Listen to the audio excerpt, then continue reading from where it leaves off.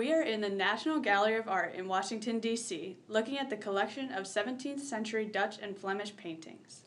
The room we are standing in is entirely filled with pieces by Rembrandt, a master of the Dutch Golden Age. The centerpiece of this room is his painting, The Mill. All right, so what exactly are we looking at here? This is a landscape of the Dutch countryside, the focal point of course being the windmill, a common symbol of the Dutch Republic. We can also see people going about their daily lives, a woman washing her clothes along the river, a man rowing his boat back to shore, and a mother walking her child along the dirt road. And despite the fact that this is a landscape, we are still easily able to enter into the work, which is a very important premise of Baroque art. That's exactly right. As a viewer, we enter into the painting as if we were on a hill, looking directly across at the windmill. We can then walk down the hill, passing other Dutch countrymen and women along the way, and proceed up the neighboring hill in order to get an up-close and personal view of this magnificent windmill. Now, what is going on with that sky? If you look at those darkened clouds receding off the canvas,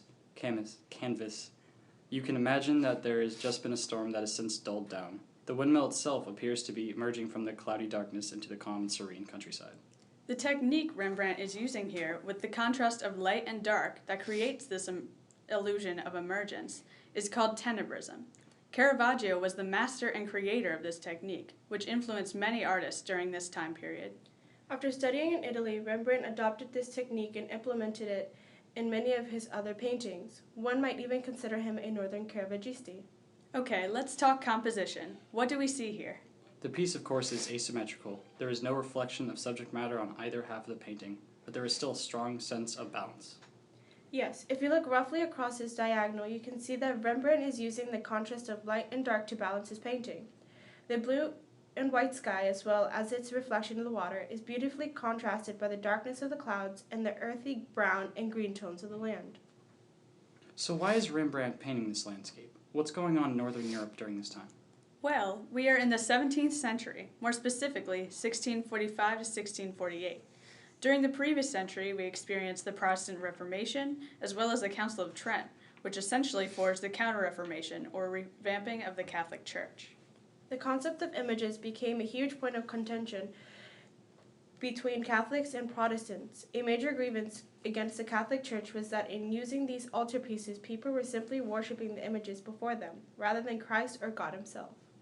For this reason, the churches of the Dutch Republic, a predominantly Protestant area, no longer commissioned works of art. This also caused a shift in subject matter from religious figures to genre paintings, or scenes of everyday life. Now, all of these reasons led to one of the most influential establishments of the artistic world, the art market. Middle-class citizens were easily able to purchase paintings to be hung up in their own homes, as this piece likely would have been. This also draws attention to the purpose of this work. Rembrandt is essentially showing his admiration for the countryside and everyday of the Dutch Republic. The importance and appreciation of one's land became increasingly evident in Dutch life, as we can see in a similar painting, The View of Haarlem from the Dunes of Overveen by Jacob van Ruysdael. This painting, done 20 years later, still highlights the everyday style scene of people laying out their linens to bleach in the sun, as well as the beautiful landscape of the Dutch countryside. These themes were embraced by Rembrandt's painting of The Mill and many other northern Baroque works of art.